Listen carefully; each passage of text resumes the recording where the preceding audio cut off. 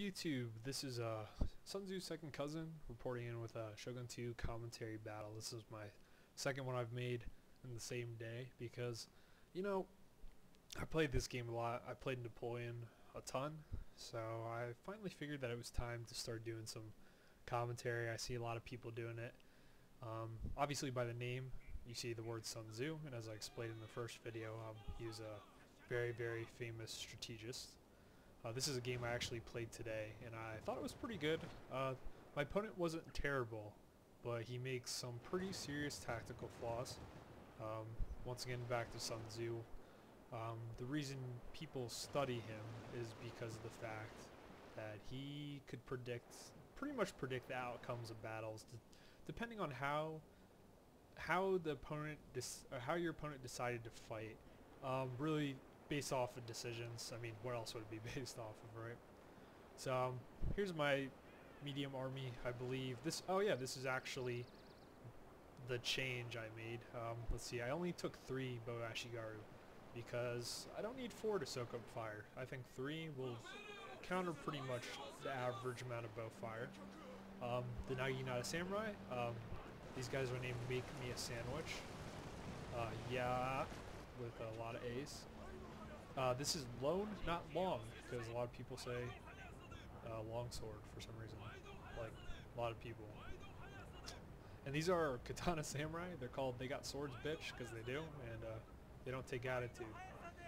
And this is my katana samurai. I call it "You're Gonna Love My Nuts." I also have a katana samurai named Slap Chop. They go together. I try to pair them together. For those who know who Vince Vaughn, I think his name's Vince Vaughn. The guy who does the Slap Chop commercials. If you're not from the U.S., you probably have no idea what I'm talking about.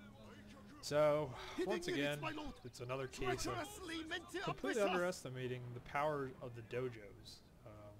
This one increases the melee attack and charge of all units, which is huge. Increases the morale of all units.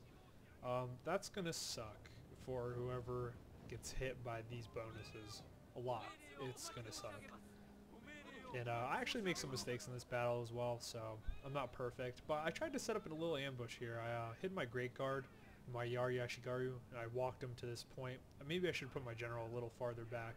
But I try really hard to lure this group of cavalry. It's like 2 light cav and 2 Yari cav.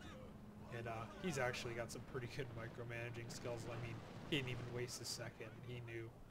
I even dragged my second unit of Great Guard around just to taunt him. I mean, realistically, I have 2 veteran units of Great Guard, and they'll just completely annihilate pretty much all these guys. The only way you can really take out Great Guard, I've noticed effectively, is you need some sort of flanking unit, which, large battles, I usually take some Yari Samurai just for that reason. So, he's designed to be indecisive on his actions. Obviously, this is a river, and you don't want to cross it, especially when you have enemies sitting on the side like that.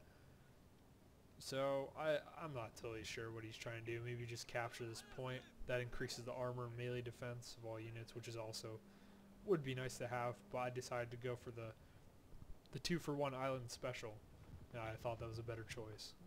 So I also positioned all my units on top of hills to much my ability.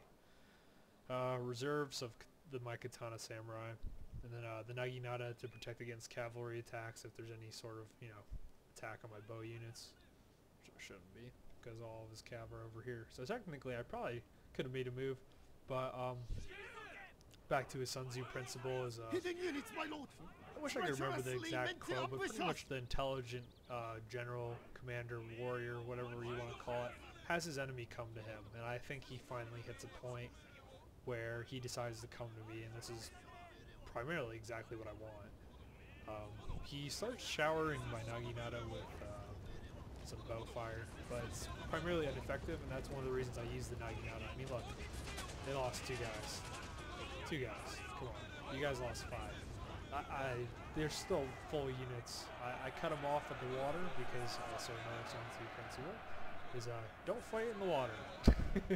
It's pretty straightforward. So he sends up all of his Nodachi and 2 katana, and my Naginata give him one hell of a hard time, especially considering I'm charging down a hill.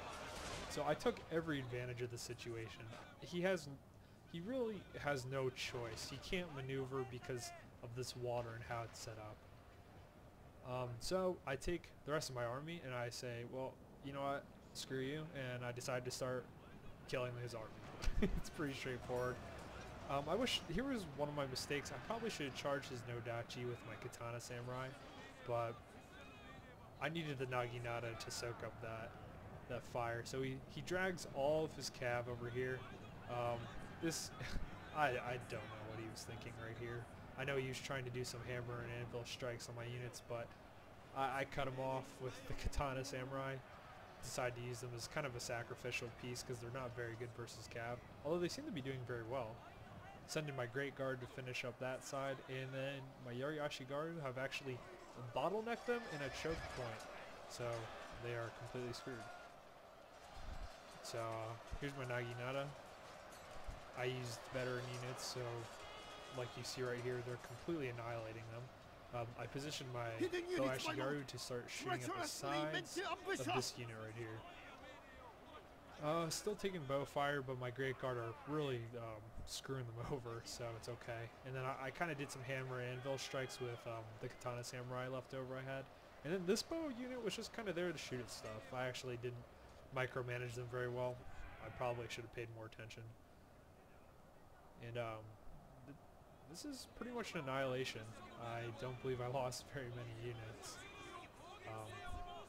Which is one of the reasons I chose this video, because a lot of people I noticed post videos of where my lord, the battles are close, and that's cool. Will soon be but yours. I think